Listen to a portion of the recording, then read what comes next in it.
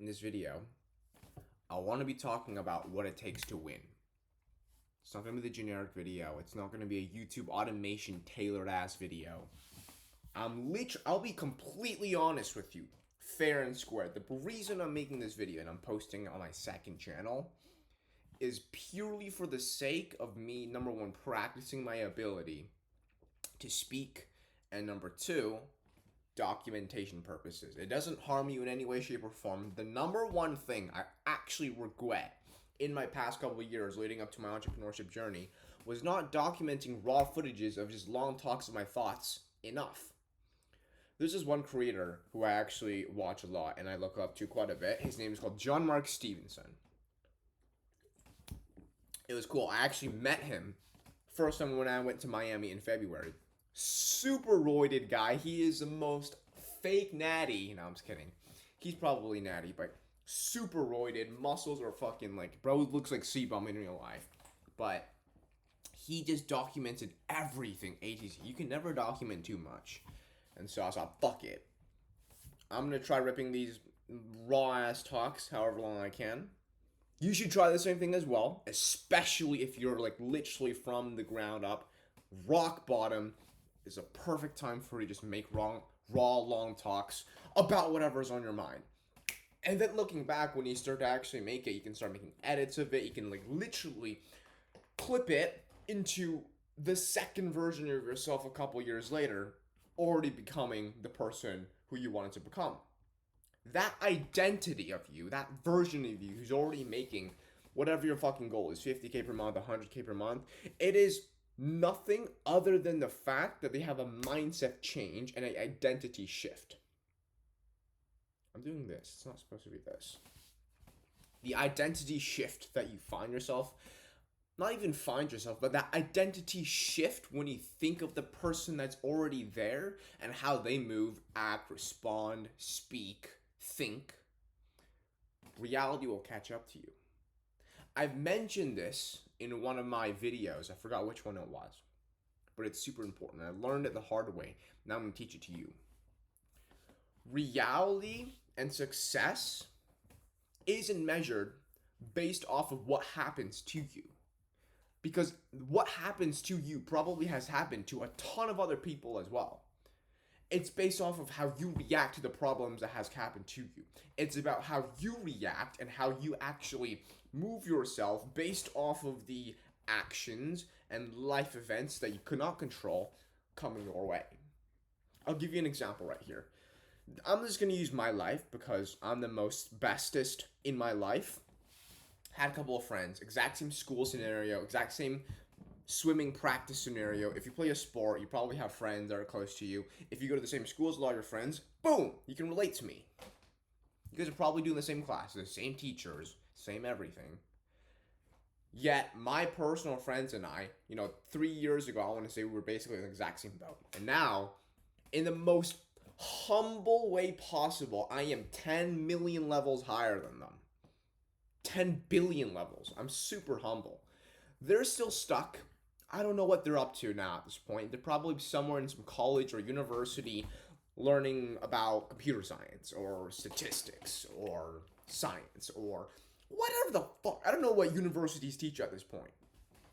Meanwhile, in the most humble way again, I've built multiple companies, tons of income streams. I want to say, not tons, okay? We got like 3 or 4 income streams. Touched $70,000 months multiple times. We're doing okay. It wasn't the fact that we had completely different life paths and that the magic universal spark shone upon me. No. I just solely reacted completely differently to similar scenarios. We were both on trajectory to go university, get a job, maybe get paid 80 grand per year, listen to the same ass boss that's overweight, 250 pounds, get 2 vacations per year, live paycheck to paycheck. By the time we're 80 years old, we can maybe buy a nice $80,000 sports car. Boom! 17 years old, got one. So what I'm trying to say is, whatever you want to achieve, you have to first act like that person and the identity of you who's already there. You don't just do it and then life automatically happens to you. No, no, no. You have to already live the life that you can manifest yourself into, and then reality catches up afterwards. Every time I try to fall asleep, I don't fall asleep by sitting there and then just waiting for sleep to hit me. I mean, I could do that, but it will take so much longer, and it's so much of a, it just sucks compared to pretending that you're already falling asleep. When you pretend that you're asleep, you trick your brain like that, reality then follows. 5 minutes later, you're dead snoring on the bed. You get my point? Of course you do. Also, when you develop a caffeine addiction, I don't know why no one else talks about this other than like a few select people. There's no downsides to having so much energy. Energy is literally not destroyable. You have to move it some way, shape, or form. Newton's fourth law or Newton's sixth law, right? You cannot destroy or create energy. You have to move it and shift it. So when you feel depressed, I personally found this working super well for me. When I was depressed and I couldn't do anything at all, that was actually me only like 3 days ago. I was depressed and I was low on energy because I was just in a downward spiral, not being productive. I find myself scrolling on Reels so often. I was eating terrible food.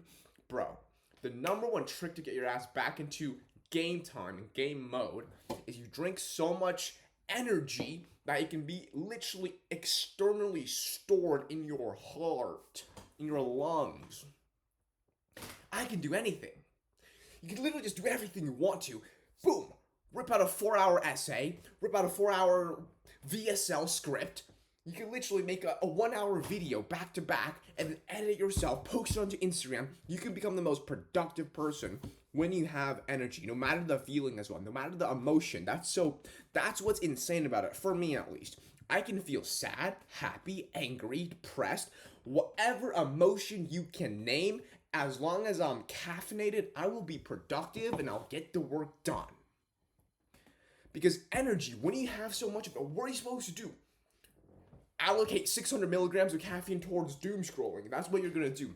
No one has ever been able to do that.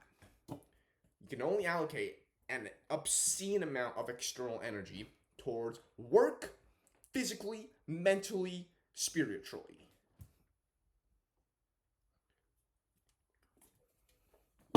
That's why I drink 2 Celsiuses per day, 3 coffees per day, minimum 400-500 milligrams. Super imperative to win, right?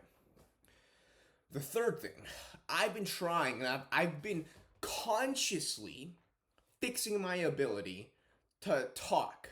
You probably noticed, I literally said that in the start of this video. The reason why I'm making this video is not for views, it's not for personal branding, because if it was for personal branding, I'd, have a crazy editing setup, some script planned out. It's for the ability to practice my ability to communicate in a very, very, what's the word I'm looking for? Starts with an S, and I forgot it, which makes me mad. In a very efficient way. I've tried to, get help via teachers. I've tried to get help via any way you can possibly imagine getting good at speaking. The way you get good at speaking is not actually from getting help from a teacher. As much as I want to say it is, it's not. It's from, number one, listening to a ton of podcasts. Number two, watching yourself in real time make mistakes, correcting it, and then just repeating that over and over again. That's what I find works best for me. And so when I started to get really, really good at speaking, I found myself being able to be good at content, being good at communication, reading people as well. Whenever I can tell someone doesn't want to actually be in the setting, or maybe they're actually, super, super excited, they just don't want to show it off. You can kind of tell the small tonality, the way their posture is. Communication and reading people, you will find that as a super incredibly good skill. I'm not sure if you guys know this, but a couple of weeks ago, I went to Miami for a networking event.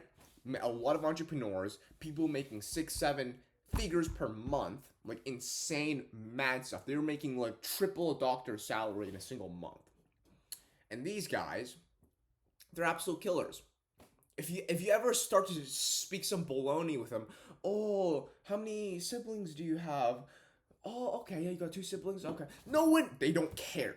You have to speak in a very, very articulate fashion with good questions. You have to connect with them in a degree where they feel like, okay, we're on the same level. Like, if there's so much levels below you, sure, they'll probably start a conversation with you still, but your ability to then get their number, actually have them as a network person in your contacts, as cringe as that sounds, you're not going to do that with this basic generic questions that you ask them and basic generic energy and tonality and all this crazy stuff.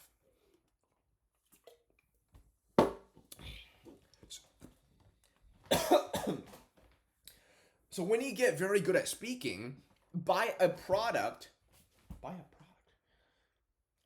So when you get very good at speaking as a byproduct, you're going to be able to actually build a better network for yourself, improve your ability as a business owner.